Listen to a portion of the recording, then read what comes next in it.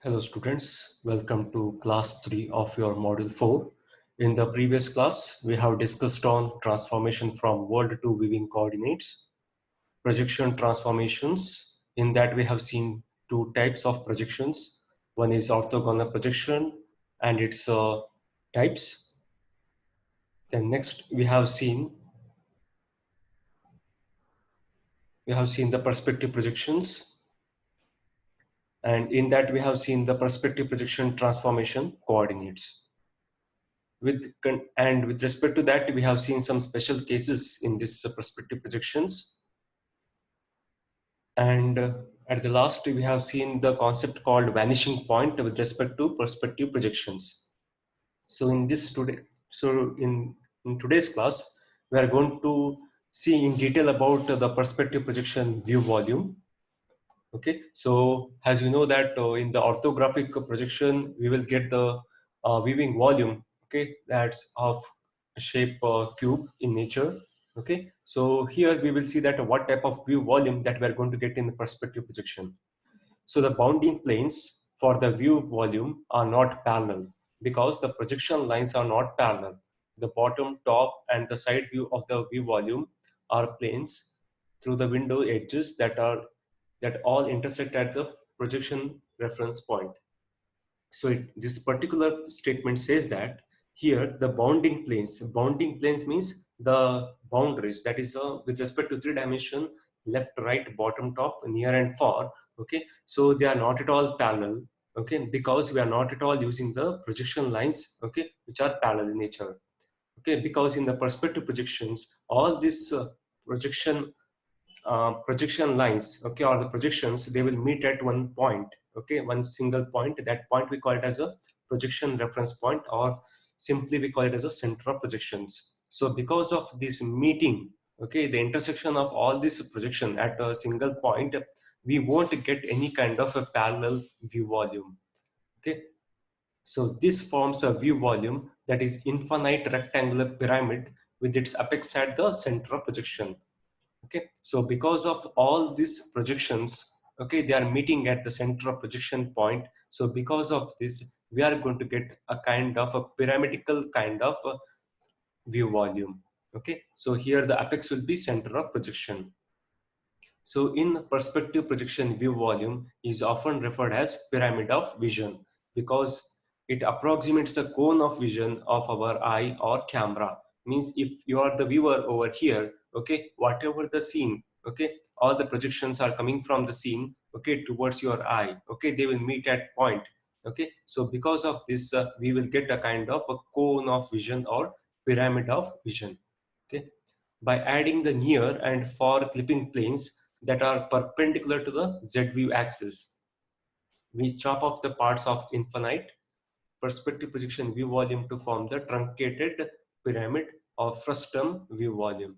Okay, it indicates that here by adding the near and far clipping planes, okay, even though we have the left, right, bottom and top, along with that, if we include the near clipping and far clipping planes that are perpendicular to the z view. What is a z view? So if this is the viewer, okay, so this will be the x view, this will be the y view, and this will be the z view. So which is a perpendicular to the this particular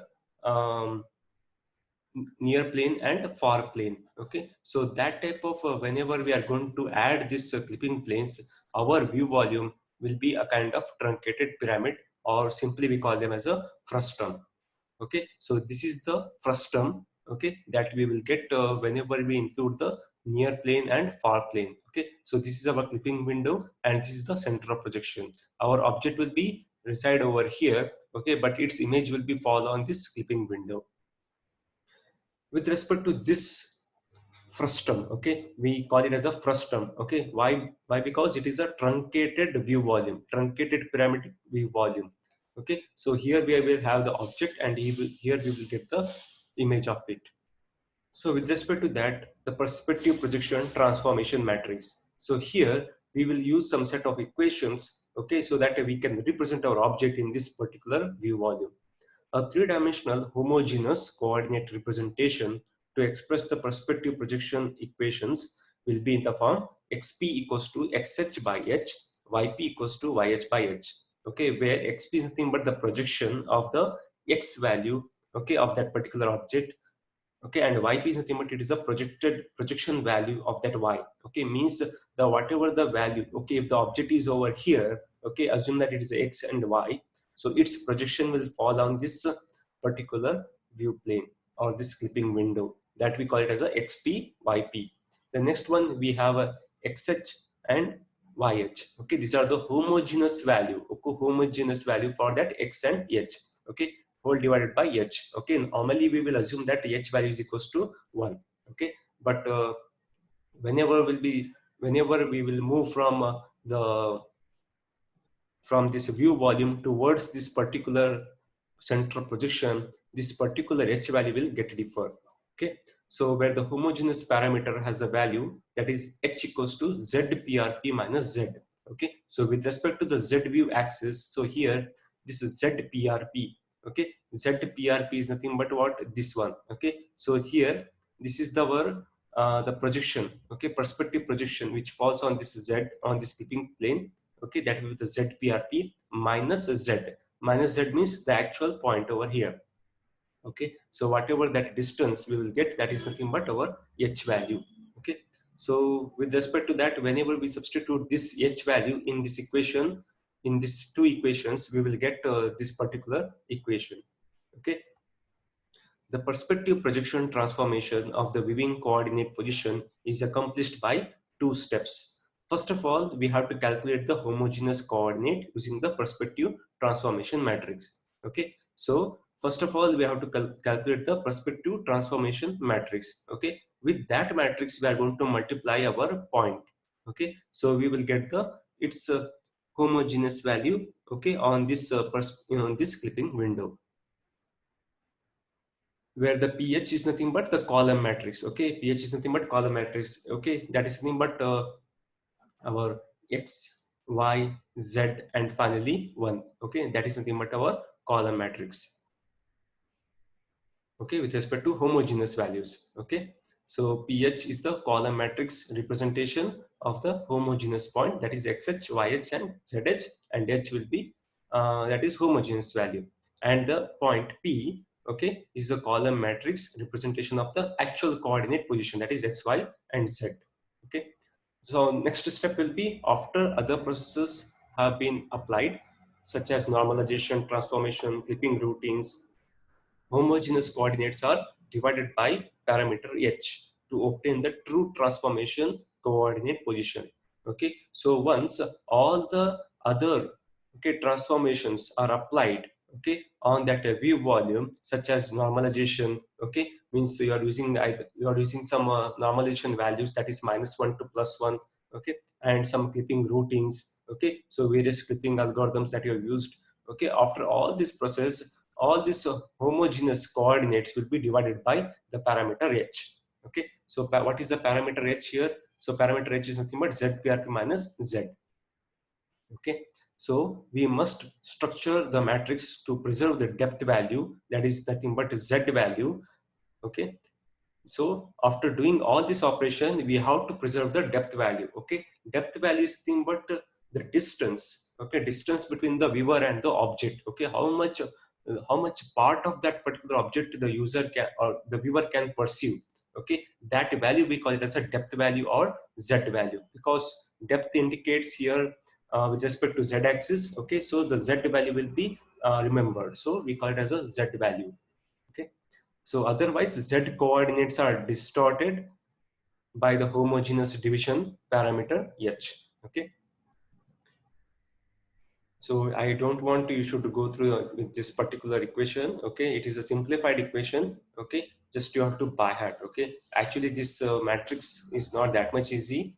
Okay, because it having huge computations. Okay, but we are not going in detail about all these things. Okay, just you have to remember. Okay, so just you have to remember that this is x to the x, x to the y to the y, okay, z to the z, and h to the h. Okay, so with respect to that, you have to remember and you have to write this one in your exam. Next one, symmetric perspective projection frustum. Okay, so here it talks about the perspective projection. Okay, and within that it is going to use the viewing volume as a frustum. What is a frustum? It is a truncated pyramid. Okay, truncated pyramid means this one, and along with that it should be of symmetric in nature. Okay, the line from the projection reference point through the center of the clipping window and on through the view volume is the center line for the perspective projection frustum. Okay, so what it indicates, so here if this is the frustum, okay, frustum view volume, and this is your center of projection, okay, that whatever the line, okay, that you're going to draw, okay, that is called as a frustum center line, okay, that will start from this part and it is going to meet at this center of projection. Okay, so it is going to overlap, it is going to intersect on this clipping window also. Okay, so with the help of this center line we are going to divide this frustum into two parts, okay, which are symmetric in nature. Okay, so for example, assume that if this is of having some 60 degree, okay, 60 degree, so this will be of 30 degree and this will be of 30 degree. Okay, so if this center line is perpendicular to the view plane, we have a symmetric frustum. So this center line is perpendicular to the clipping window. Okay, so then we get a symmetric, yes, we will get a symmetric perspective projection. The frustum center line intersects the view plane at the coordinate location, that is XPRP, YPRP and ZPRP. We can express the corner position for the clipping window in terms of the window dimensions. Means once the intersection has been done, okay, now we can easily identify the what is the value of, what is the XY value for this clipping window. Okay, we know that this clipping window, okay, consists of X min, okay, Y min, X max, Y max. Okay, similarly, sorry, X min, Y min, X max, Y min, X min, Y max, X max, Y max. Okay, so that values we have to calculate. How we can calculate? So X min equals to what is XPRP? Okay, that is nothing but X value XPRP minus, okay, so width by 2. Why we are taken the width?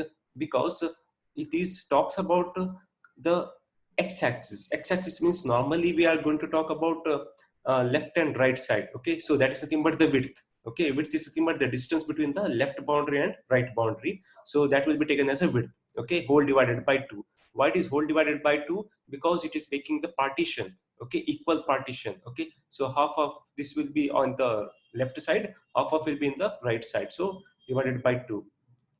Similarly, the x max, okay, x max equals to xprp plus width by 2.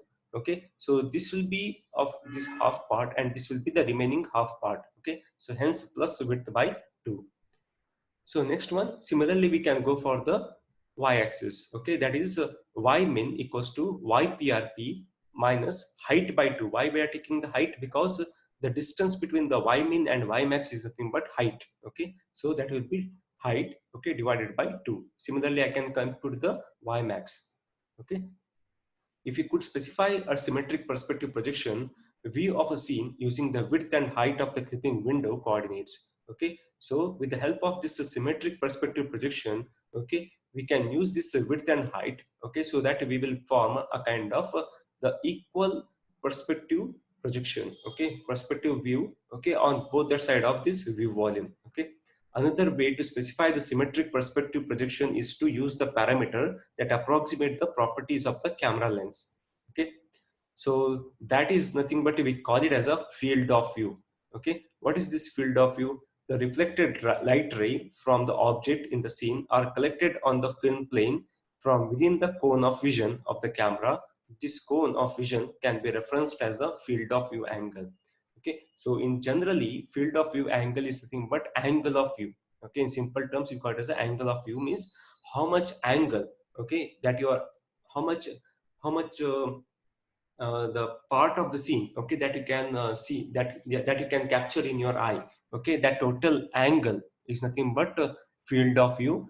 Okay, field of view angle means it says that the how much angle, okay, how much angle, the theta value that you want, so that you can exact, that you can completely pursue the field, okay, whatever is there in front of you. Okay, in computer graphics the cone of vision is approximated with a symmetric frustum and we can use the field of view angle to specify an angular size for the frustum. Typically, the field of view angle is the angle between the top clipping plane and the bottom clipping plane of the frustum. Okay, so here field of view angle, it talks about it is the angle between the top clipping plane to the bottom clipping plane. Okay, with respect to frustum. Okay, but in actual world, this field of view is the angle between the top clipping plane to the bottom clipping plane, and the angle between the right clipping plane to the left clipping plane. Okay, so total that angle, whatever we will get, we call it as a field of view angle. Okay, so see here, if this is the uh, our perspective view volume. Okay, so this is the center projection. Okay, so here this is theta. Okay, this is theta is the thing, but this is the field of view. Okay, field of view with respect to the top and bottom. Okay, top and bottom. But if you take this whole theta, it is nothing but the complete field of view. Okay, irrespective of the top, bottom, left and right. Okay, how much the complete field that you can view for a given projection reference point. Okay, that is center of projection and view plane position. The field of view angle determines the height of the clipping window, but not width. Okay, but so in this case, okay, if you want to determine the height of the clipping window, okay, just you have to use the what is the angle of this particular field of view. Okay, so its illustration that you can see over in this figure. So this is the cross-sectional view of this particular view volume. Okay, so if this is the height, okay, this is the height of your clipping view volume. Okay, so this is the center of projection. Okay, so if this is the projection center line, so this will be the theta by 2. Okay, if assume that it was the theta, now it became a theta by 2, and this remaining part will also be theta by 2. Okay, and next one, the distance, okay, between this clipping window, okay, and this central projection is nothing but ZPRP minus ZVP. Okay, so yes, once we compute this particular theta by 2, okay, so if you want to calculate, okay, if you want to calculate what is the height, okay, and what is the width, okay, so for that, if you want to maintain the aspect ratio, so that is nothing but width by height of the clipping window. So we will get a tan theta by 2 equals to height by 2 divided by the width, that is ZPRP minus ZVP. Okay, what is here height? See, tan theta by 2. Tan theta by 2 means, as we know that it is a sine theta by 2 by cos theta by 2. Okay, so we are have sine means we are going to use the opposite side by hypotenuse, and for the cos we are going to use the adjacent by hypotenuse. Okay, so once we divide this sine by cos, we are going to get the tan. Okay, but we are not using for the complete. Okay, we are going to use for the only for this triangle. Okay, that is theta by 2. Okay, so here next one is what is the height? Height is nothing but height by 2. Okay, why? Because this is the complete height and we are using only the part of this one, means it is a half of it. So height by 2 divided by the ZPRP minus ZVP. Okay, so this is the tan theta by 2. What will be the equation for the complete theta? That is nothing but it will become, yes, it will become tan theta equals to height divided by ZPRP minus ZVP. Okay, so now we are not going for that much a big triangle. Okay, we are just going, we are focusing on the this particular half triangle. Okay, because for the computation purpose, okay, we are using this one. Okay, if you include that one also, complete triangle also, it does not make any difficult. Okay, but for simplification we are using theta by 2. Okay, so if you rearrange this equation, okay, we will get a height equals to 2 into ZPRP minus ZVP into tan theta by 2. Okay, so if you rearrange, okay, with respect to if you want to calculate, okay, if you want to calculate what is the value of a ZPRP minus ZVP, okay, so you can use, okay, just by interchanging that equation, you will get width into cot theta by 2 divided by 2 into aspect. What is the aspect? Aspect is nothing but the aspect is nothing but it is a width by height. Okay, so see here, uh, if the clipping window, if this is the center of projection, and if the angle is a 20 degree, okay, assume that it is a 20 degree field of view is 20 degree, so that you will get only this part of the view. Okay, that's when clipping window size will be this much. Okay, so if you increase, okay, if you increase the field of view, you can pursue more part of the clipping window. Okay, if you further increase, okay, you can see large part of the clipping window. Okay, so hence as the field of view increases, okay, sorry, the field of view angle increases, okay, you can get more part of the, you can pursue the more part of the object. Okay, so so that is what we call it as a zoom in and zoom out respectively. Okay, so decreasing the field of view angle decreases the height of the clipping window. Okay, if you're decreasing the field of view angle, it is going to reduce the height of the window. Okay, so with this, that provides the method for zoom in on small region of the scene. Okay, so that is going to get a, that is going to give us a kind of zoom in effect. Okay, similarly, if you're going to increase the size of, if you're going to increase the field of view angle, okay, normally your clipping height, okay, clipping window height is also going to increase. Okay, so we will get a kind of zoom out of uh, zoom out operation. Okay, so when the perspective projection view volume is a symmetric frustum, the perspective transformation maps the location inside the frustum to orthogonal projection coordinates within the rectangular parallel piped. Okay, which indicates that as the field of view increases, okay, field of view increases, okay, rather than this perspective, this truncated frustum, we will get a kind of parallelopiped view volume. Means assume that the central projection goes very far from the this clipping window. Okay, it's clipping, um, its field of view angle is going to increase. Okay, at that time our perspective projection will become orthographic projection. Okay, so next one is oblique perspective projection frustum. Okay, in which this particular, it is the same concept as that of your previous symmetric perspective projection frustum. Okay, but here in oblique, okay, the central line, okay, is not perpendicular to the clipping window, it is oblique to the clipping window. Means it is not having the angle 90 degree, it is having some angle, it may be the greater than 90 degree or less than 90 degree, but not equal to 90 degree. So because of this oblique nature of this central line on this clipping window, okay, we will get a kind of oblique frustum. Okay, we'll get an oblique frustum. Means here you can see that here this part, okay, it is more oriented towards the left side and it is more oriented towards the right side. Okay, so symmetric nature can't be observed in this particular case. Okay, so these are the, so in this particular oblique perspective projection, normally we can see the shear operation. Okay, shear operation means you are going to pull, okay, the top part of this clipping window or the viewing volume towards the right side, and you are going to pull, okay, the bottom part that is a near clipping plane, okay, towards the left side. Okay, you are going to pull this one towards the left side, and you are going to pull this one towards the right side. So because of this shear operation, okay, so we will get a different kind of perspective projection frustum. Okay, so these are the equations for this one. Okay, these are very same as that of whatever I have done previously. Okay, just the shear part has been used. Okay, and the shear part we have already discussed. Okay, just to go through that one. And the next one is normalized perspective projection transformation coordination. Okay, so here once we get the perspective projection, we have to convert that one into normalized form. Okay, normalized form means we have to include the values, that is a -1 to +1. Okay, so in that range. Okay, so assume that if this is the our frustum. Okay, actually this is not the frustum.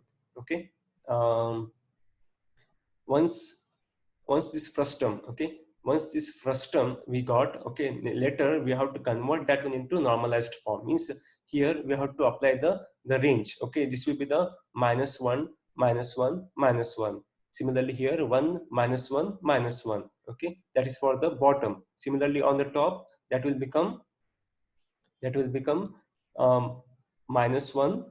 +1 -1. Okay, so next one +1 +1 -1. Okay, so in that way we are going to give the values for them. Okay, so for already for the orthographic, the cube, we have already given the values. Okay, that is nothing but x, y, z.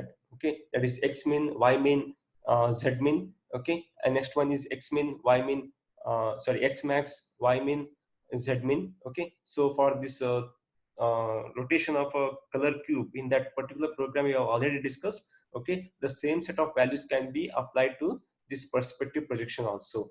Okay, okay, so these are the some set of equations. Okay, don't go in detail about this one. Okay, just you have to have some idea about it. Okay, the next one is some OpenGL commands for this weaving functions. So OpenGL three-dimensional weaving functions. So normally all the most of the weaving functions will comes under this OpenGL utility library. Okay, so normally specifically almost all the three-dimensional weaving all the weaving functions will comes under OpenGL utility library. Okay, but for the two-dimension it will comes under GL library. Okay, that is graphics library. Okay, there you will get that one. Now OpenGL weaving transformation function. So here we will get the same GL matrix mode, GL underscore model view, okay, that I have already discussed. Okay, so it is a matrix, okay, of 4x4 in which we are going to represent the coordinate, okay, the coordinates for our model. Okay, hence we call it as a model view.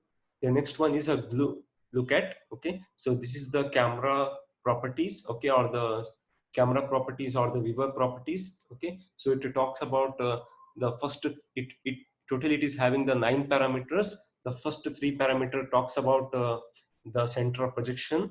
Okay, the next one is next 3 parameters talks about at what position, okay, in which position you are looking at.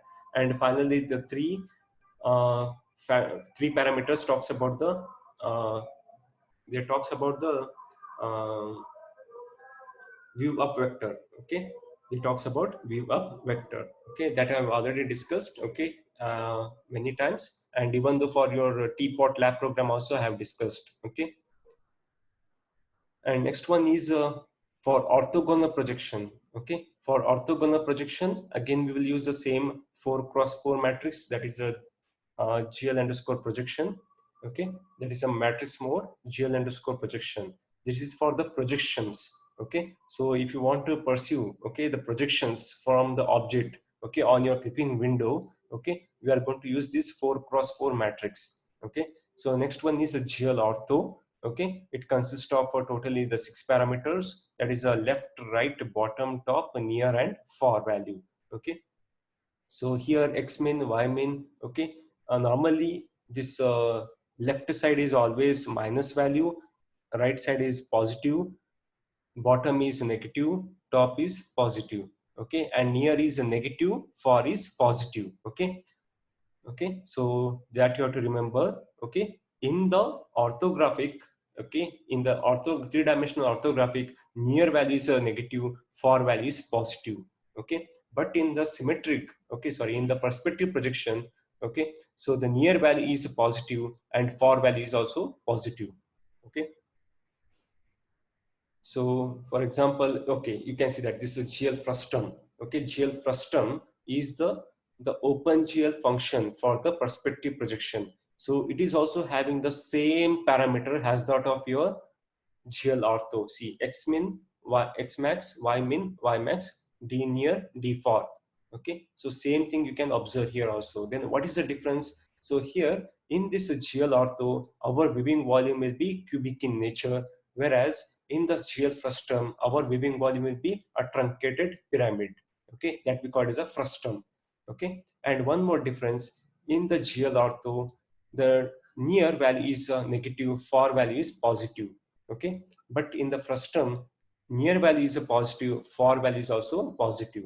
Okay, these are the differences between GL frustum and GL ortho. Okay, then the next one, if you are using the symmetric perspective projection, okay, then we are going to use the command, OpenGL command, that is GLU perspective.